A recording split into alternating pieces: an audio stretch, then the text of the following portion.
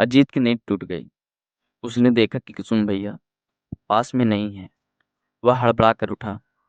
उसने देखा कि रानी के हाथ का बाला कंगन झमझम कर रहा है और कुसुम भैया को राक्षस खा रहा है। क्रोध से उसका शरीर जलने लगा।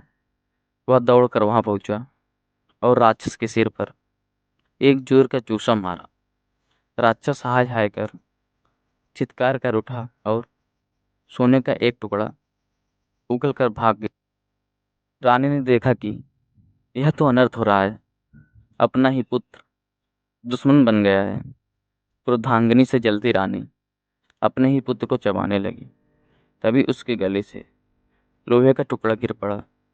हतप्रभ होकर वह अथल पड़ी और सोने एवं लोहे के टुकड़ों को लेकर छत पर चढ़ गई। छत पर राक्षसों की भीड़ थी। उनमें कुछ कह रहे थे और खाऊंगा और खाऊंगा, और कुछ कह रहे थे अपने देश जाऊंगा। रानी बोली, मैं यहीं रहूंगी। तुम लोग अपने देश जाओ। चुन बनाकर राक्षस अपने देश की ओर जब भागे तो उनके धक्के से राजभवन का सीकट टूट गया। पेड़ पौधे की झाली टूट गई। नदी के जल में उथल लहरें उठी और राजा का हाथ कांप उठा। जली भुनी रात कहीं से भी चैन नहीं आ रहा था। रात काटे कट नहीं रही थी।